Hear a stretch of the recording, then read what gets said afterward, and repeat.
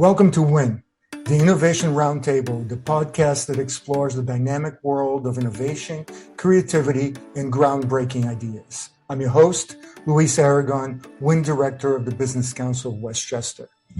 We're here today with Andre Peart. Andre is one of my favorite innovators that we've been working with for the past 2.5 to 3 years. One of the very early applicants to the WIN program. Andre began with ConConnect, and now his company is called Untapped Solutions. He has had an incredible journey. I usually start this dialogue with innovators by asking what inspired you to innovate and how did you identify a gap in the market. But in Andre's case, there's a very personal story that answers both of those questions. Andre, why don't you tell us about it? Yeah, definitely. And thanks for having me here, Luis, too, as well. Just hitting your question sort of right off on, what started ConConnect, now Untapped Solutions, New York State Prison. So I'm always really transparent with the story, but I spent about 5.5 years in New York State Prison. And that was pretty solid on everything was the same day. The meals are at the same time. You do your work at the same time. So the hardship really is when you get out, right? And going through that reentry journey, what they call it here in the United States, that's what inspired ConConnect, because it was tough, right? A lot of job denials, a felony on the record. And I always tell people, not having that felony in my record before going to prison, I didn't really see how hard it would be, right? So I took it all for granted. The people, the men and women I saw, and didn't get a job, trying to get services with that felony, just made it like 1950. We're talking 2019. That I just got out of prison, and it felt like 1950. Folders, papers, documents. I was just walking around New York City, riding the train, looking at directions to go places. And it just led to a bad experience. And overall, I spent about 1.5 years in the shelter system. But all of that inspired me to just really say, hey, I need to create something that allows people like me to get the services and jobs sort of in a streamlined manner. And that's when we sort of had that vision for ConConnect initially. That's really an amazing thing. And wasn't it also that you realized that LinkedIn existed, and you're like, how come, the same thing does not exist for those that are just as impacted, right? Yeah, definitely. I was literally in the shelter, just laying down in the bed. I came home from work. A mentor of mine, Peter Harper, had called my phone and said, you should sign up for LinkedIn. It's a social network. If you're familiar with Facebook and all that stuff, you'll know how to use it just fine. He's like, just sign up. I'll help you build your profile tomorrow when we meet next time. And I got on the platform, and I fell in love with it. It was cool, right? It was the Facebook sort of social network thing, but this was different. There was jobs there. I was familiar with other job boards like Indeed, but that network feeling really did something for me, because I was able to see social workers. I was able to see other caseworkers from different orgs, and it made finding reentry services easier, though the platform really wasn't geared at it for me. So that inspired to create my own version of LinkedIn. Great. So then that's when you created ConConnect, correct? Yep, exactly. And so tell us about ConConnect. What was the premise there? You're trying to link those that were just as impacted to jobs. You're trying to help them in their journey. Tell us what was the premise there? Yeah, so the main goal of ConConnect at the time wasn't just to get people in jobs, right? And it wasn't to create a social network that was going to just, another Facebook. The goal was, let's give people a platform where they can get access to jobs and services, right? I knew how important healthcare, reentry services, housing services, all those different things you need when you get out, how hard it is to get, and how much easier it could be to find those if they're just in one platform, the same platform you're going to find your job in, you can find your services in. So we thought about simplicity in the reentry journey and putting it all in one platform. And the newsfeed goal was just for encouragement, right? Like, see your peers trying to change their life and not feel like, oh, I'm just in this platform alone. And that was literally our concept for ConConnect at that time, with a primary focus on how can we keep advancing people to get services faster, right? To help us evolve. And I think it was around that time that you came to us. You applied to the WIN program, and we connected you to the Yonkers Housing Authority, right? There's some history there for you with the Housing Authority itself, right? But there you found a group of folks that were residing in the Housing Authority that could benefit from the services that you're offering. So tell us, how did that go? Because I know it was an amazing experience for the residents of the Yonkers Housing Authority. Oh yeah, that was an amazing experience for us too as well. How that went, I know eventually after we looked at the data and we were able to introduce the platform to the workers, the workers in, in Yonkers public housing, just introducing it to the workers, that really helped us get it in front of the residents who needed the technology, who needed all the different services. And at the end of that, somewhere between 6 and 9 months, I know we had over 120 people when we looked in the database that lived in these 7 properties that had applied to services, they had applied to jobs, different programmings. We had a lot of women that had applied to like domestic violence programs, right? Getting different services. We had men that like were getting their GED. It wasn't like, again, not really all about jobs, but being able to just get different services that they may need. That's incredible. So at that point, you're growing, you're growing your business, you're doing all of these different pilots and all that. Now you ask yourself, I need investment. I need somebody to get me Yeah. some funds here so I can move forward. You needed to hire people and all of that. How did you go about doing that? So we went about it, like I think like most founders do in the beginning, right? Like programs, accelerated programs, looking for different stuff that give you that initial funding. Because I knew funding was important, but I also knew that my background is not startups. It's not, corporate. My background and my education is what I did in the streets. And then my professional education is sports science. I'm a personal trainer. That helps me greatly in sales, but I needed that entrepreneurial training. So I went looking for those 3 to 4 month boot camps and I got denied. I got denied for probably a year and a half, right? Literally from when I started the concept, but eventually I got a phone call from Techstars, the social impact chapter of Techstars in Atlanta. And I thought it was a fake call. They were like, hey, can you pitch to the investment committee? I met with the investment committee, and long story short, I was on a plane flying to Atlanta, got accepted, and that was the first initial $120,000 investment from Techstars. So they were the first investor in the company, and they relocated us to Atlanta. So now you have both offices, right, in Atlanta and still in New York, in Westchester, Exactly. correct? Yep. That's great. Because we want to keep you in Westchester. We're going to do everything we can to keep you Yep. there. Exactly. I'm there. So now you're growing. You're assisting folks throughout the country, right? How Yep. many cities were you working with at this point? At that point, just 10 cities. So we focused on the 10 states with the highest incarceration rate and focused on those 10 metropolitan cities in those 10 states to help us gain knowledge and traction. Now you say just 10 cities. 10 cities is a lot. So Yeah, congratulations for being there at that point.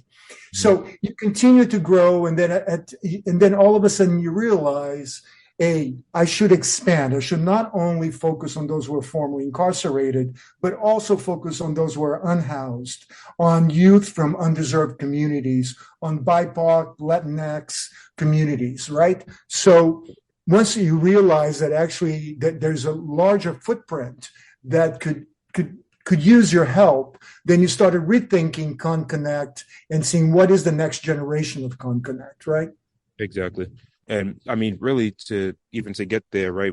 After that, first initial $120,000 that we raised, we were done with the program. By the finish of the program, we knew that before even getting to Untapped Solutions, we needed to raise a lot more capital to do what we wanted to do, to tackle social services arena, which is really new. When you think of startups, you think of financial companies, you think of all these things, but you don't really think of a social service startup that's about to do what we're going to do. And we knew we needed about $1.8 million.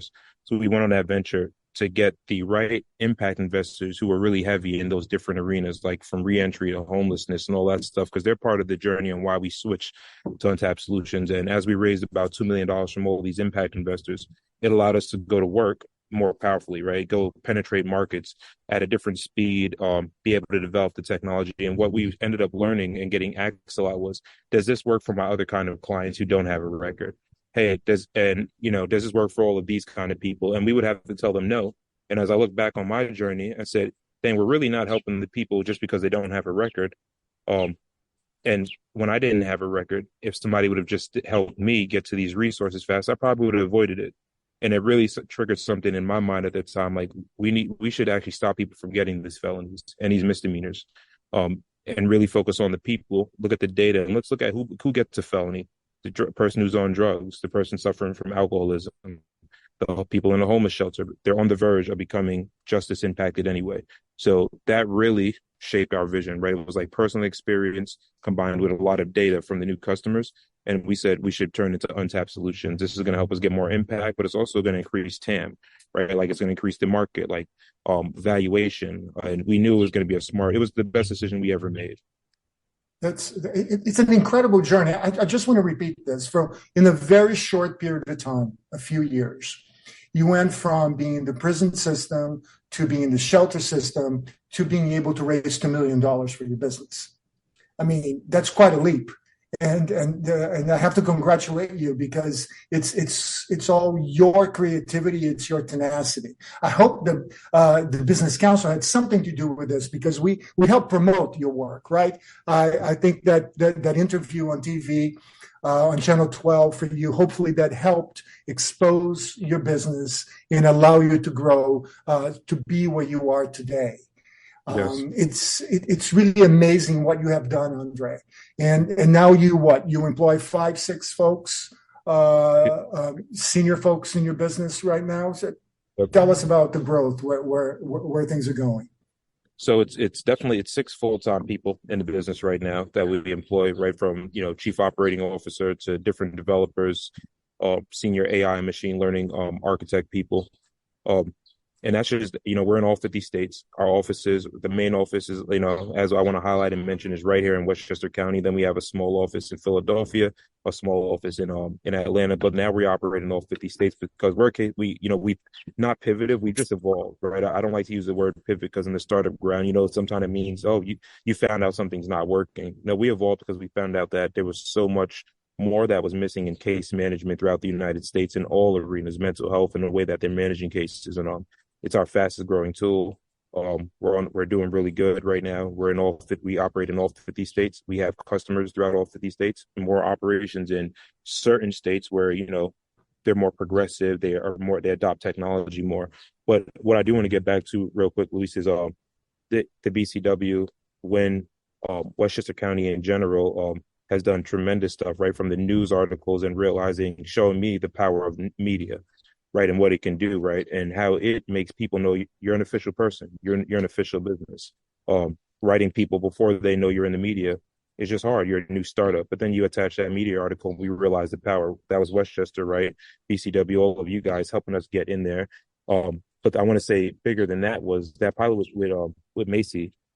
Really showed us the power of like doing business with municipalities and government agencies and all that stuff, and realized that we shouldn't be focused on nonprofits. And around that time, we internally changed, like, hey, we're not just pursuing nonprofits. Look at all these kind of agencies that can find value. And we, from there, moved on to like different customer bases. So we have municipalities, prisons, different governments, board of economic directors, right, that use the platform. But I learned a lot of this just with the network BCW win at Westchester County in general. So I definitely want to highlight that as well.